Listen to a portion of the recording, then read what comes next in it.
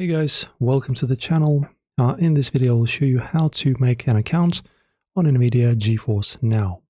So in your search bar, type in Nvidia register, like this. Then you go register with Nvidia. So your account will be used globally on Nvidia website here, official, and also on your GeForce Now. Okay, so navigate to your browser, type in GeForce Now register. Then go into the second link, for example.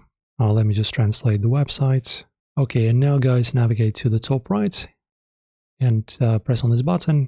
All right, in here, you can press on Get In.